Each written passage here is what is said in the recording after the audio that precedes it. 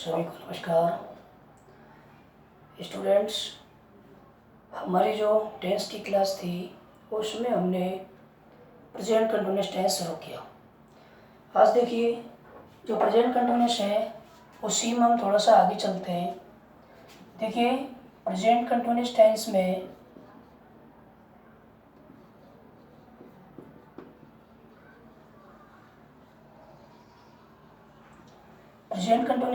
में हमने इसके स्ट्रक्चर के बारे में जाना। ठीक है, इसकी हमने देखो, एक तो एफर्मेटिव स्ट्रक्चर आपको बताया।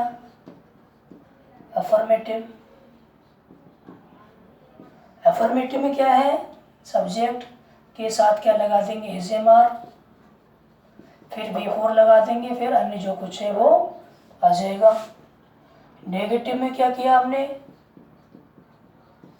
नेगेटिव में देखो सब्जेक्ट के साथ इधर इज एम आर, फिर क्या आ गया नॉट, फिर बिफोर। ठीक है, तीसरे में यदि वो इंट्रोगेटिव हो तो इंट्रोगेटिव सेंटेंस यदि हम बनाए तो देखो इंट्रोगेटिव में दो प्रकार हमने बताए थे। एक तो जो yes no answer type question होता है, अर्थात हेल्पिंग वर्ब से शुरू होने वाला, और एक क्वेश्चन वर्ड वाला। तो हेल्पिंग वर्ब वाला तो हेल्पिंग वर्ब से शुरू हो जाएगा। ठीक है, इस तरह से, और उसमें WH वर्ड आ जाएगा। WH वर्ड के साथ is am are, WH word के साथ इज एम आर प्लस क्या गया सब्जेक्ट, बिफोर और अन्य। तो ये क्या है, ये हो गया इंट्रोगेटिव का। अब इसी में देखो एक इंट्रोगेटिव नेगेटिव भी बताया था मैंने, ध्यान देना आप। अगर इंट्रोगेटिव नेगेटिव सेंटेंस हो तो हमें क्या याद रखना है कि जो हेल्पिंग वर्ब से शुरू हो रहा है उसमें तो नोट आ जाएगा तीसरे नंबर पर। पहला स्थान ये, दूसरा ये, तीसरा यहाँ आ जाएगा। और WH वर्ड वाले में पहला, दूसरा, तीसरा और यहाँ चौथे पर आ जाएगा। ठीक है, तो ये हमने स्ट्रक्चर आपको पहले बता दिए हैं। इसको मैं और लिख देता हूँ, is am are plus subject plus not plus before, अन्य आ गया पीछे। ठीक है, दूसरा WH word plus is am are plus subject plus not plus before और अन्य। तो पहला स्थान, दूसरा स्थान, तीसरा और ये चौथा, पहला, दूसरा और तीसरा। ध्यान देना, ये क्रम, ये नियम सभी में आपको याद रखना है, कोई सा भी टेंस हो। तो ये चारों हमने कर लिए थे। जैसे हम कोई भी एक एग्जाम्पल ले लें, उसी को बना लेंगे चारों में। जैसे मैं कहूँ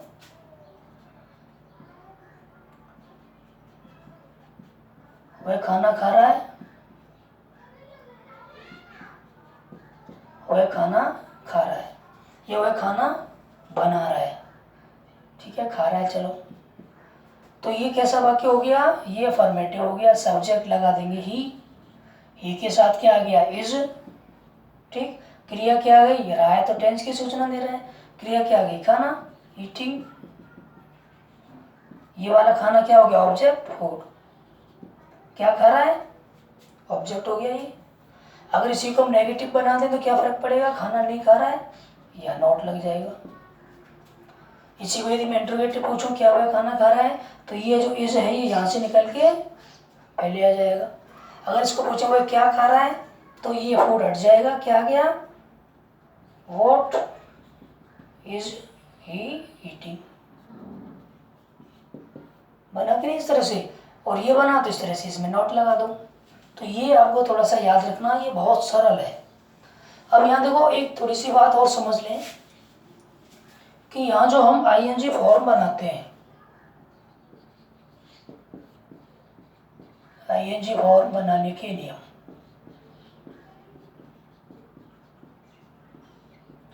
जो हम ING फॉर्म बनाते हैं बेस फॉर्म से, अर्थात वर्ब की जो फॉर्म बनती है चौथी फॉर्म, उसको, उसमें हम क्या करते हैं, बेस फॉर्म में ING लगाते हैं। तो ING किस तरह से लगती है, तो इसमें पहला ये नियम लिखेंगे आप कि जब किसी क्रिया के जब किसी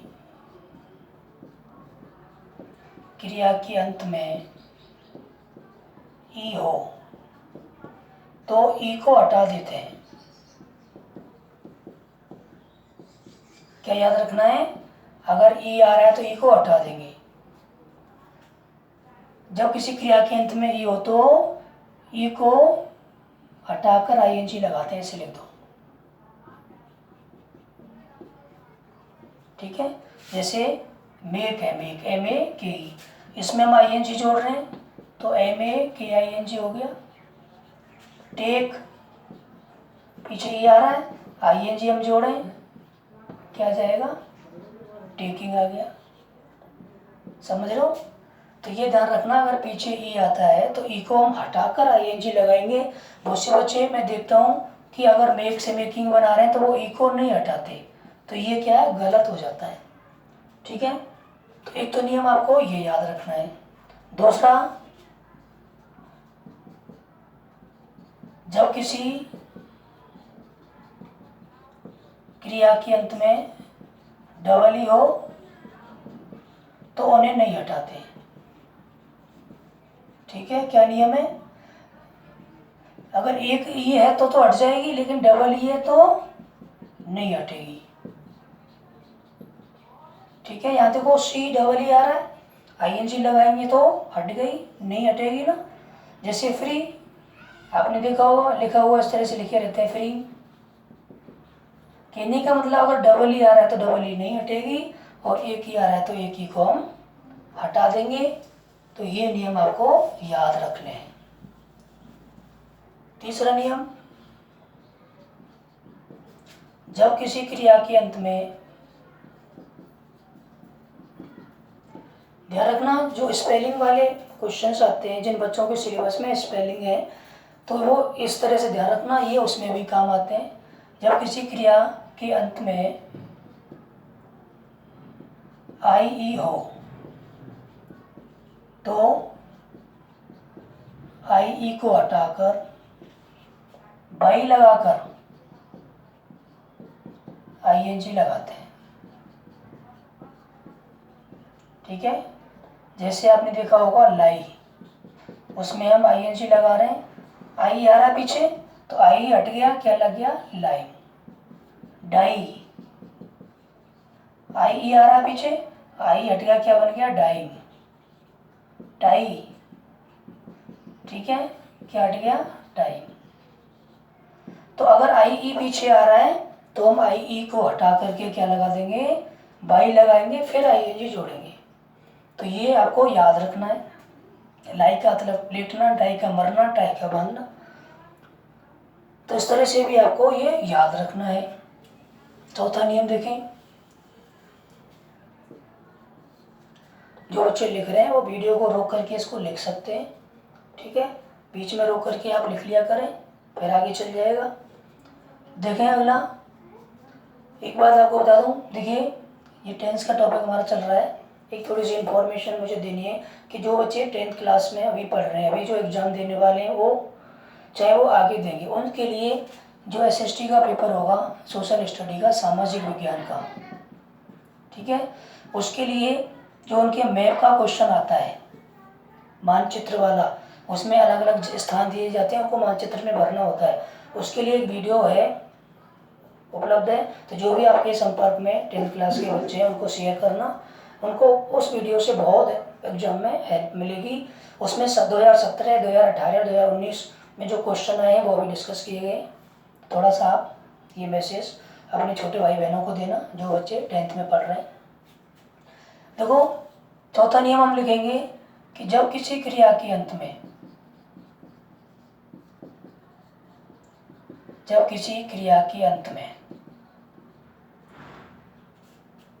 कोई व्यंजन हो, क्या हो? व्यंजन, कंसोनेंट, उससे पहले कोई स्वर हो, स्वर का मतलब और, तथा उससे भी पहले कोई व्यंजन हो। अर्थात मतलब क्या आ गया, अंत में क्या होना चाहिए, CBC का स्ट्रक्चर, अर्थात अंत में CBC की संरचना हो। तो ING लगाने पर अंतिम ING लगाने पर अंतिम व्यंजन को 2 बार लिखते हैं, अंतिम व्यंजन को डबल कर देते हैं। कैसे, देखो जैसे हम कहा शिफ्ट, तो T क्या है कॉन्सोनेंट, I क्या है वोवल, S क्या है कॉन्सोनेंट, इसमें हम क्या जोड़ रहे हैं ING। तो हम क्या करेंगे, इसमें जो अंतिम है वो 2 बार आ जाएगा, ठीक है। जैसे मैं कहूँ स्विम,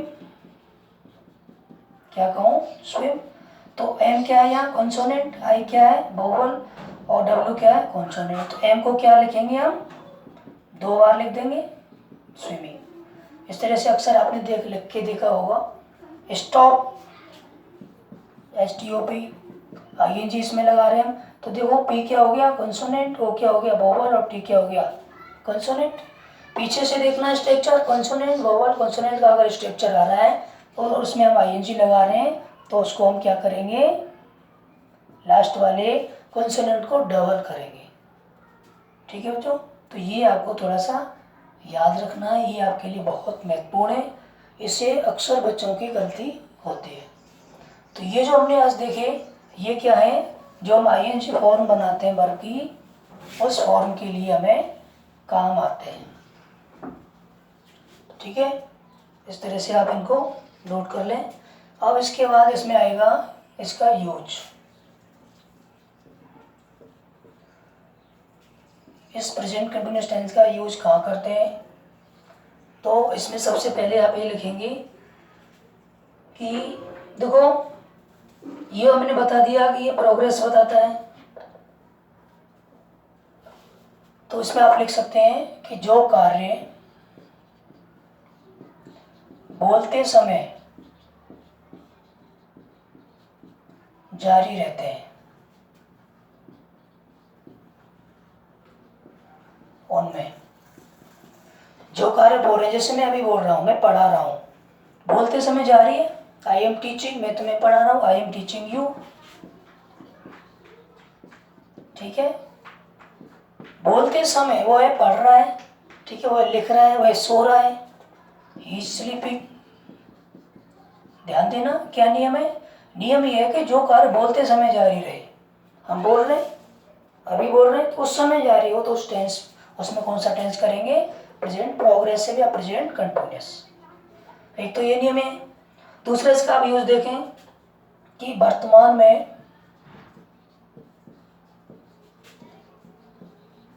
रुक रुक कर चलने वाले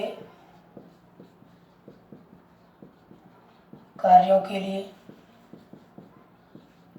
वर्तमान में कोई कार्य चल रहा है लेकिन रुक रुक कर चल रहा है, जैसे मैं एक पुस्तक लिख रहा हूँ, अब ऐसा तो नहीं वो 24 घंटे पुस्तक लिख रहा हूँ, 1-2 घंटे आज लिखा, फिर विचार आए, फिर अगला लिखा, तो ये काम किस तरह से होगा, रुक रुक कर होगा। तो हम इस तरह से लिख सकते हैं कि I am writing a book, ठीक है। अब इसमें देखो कार्य रुक रुक कर हो रहा है कि नहीं। और एक एग्जांपल देख लें, शी इज नाइटिंग, नाइट का मतलब होता है बुनना, KNIT, she is नाइटिंग a sweater और हर सन, KNIT। अभी हमने कहा सी, वी और सी, तो हमने ING लगाया, क्या हो गया, KNITTING हो गया, हुआ कि नहीं। तो वह अपने बेटे के लिए स्वेटर बुन रही है। अब ध्यान देना, स्वेटर ऐसा तो नहीं एक दिन में बुन जाए, धीरे धीरे करके रुक रुक करके बुन रही है, इसलिए इसमें अभी हम क्या करेंगे, प्रेजेंट कंटिन्यूअस टेंस का प्रयोग करेंगे, ठीक है बच्चों। तो ये आप इस तरह से इनको करें। आज इतना ही करेंगे, सभी बच्चे अपनी कॉपी में नोट्स बनाते चलें, टेंस पूरा हो जाएगा। उसके बाद फिर हम बात करेंगे और जो आपकी कॉम्पिटिटिव एग्जाम में ग्रामर आती है उसकी। अभी मैं ये बहुत सरल तरीके से पढ़ा रहा हूँ। जिन बच्चों को हिंदी में समझ में नहीं आ रहा है उनके लिए इंग्लिश मीडियम में भी उपलब्ध रहेगा, वो भी मैंने शुरू किया है, तो जल्दी ही उस तक भी पहुँच जाऊँगा। ग्रामर शुरू कीजिए इंग्लिश मीडियम में, तो वो भी आप देखें, ठीक है। तो ज़्यादा से ज़्यादा बच्चों तक इसको पहुँचाएँ ताकि वो पूरी ग्रामर सीखें। आप देखिए, मैं आपको ये निश्चित रूप से कह रहा हूँ कि पूरी ग्रामर, जो जितनी भी ग्रामर कंपटीशन लेवल पर आती है वो सारी मैं आपको सॉल्व करा दूंगा। इस चैनल पर आपको पूरी ग्रामर मिलेगी A to Z, जितनी भी किसी भी कंपटीशन एग्जाम में आती है। यदि आपकी कोई प्रॉब्लम है तो आप कमेंट्स करके पूछें, ठीक है। मिलते हैं नेक्स्ट वीडियो में। Thank you.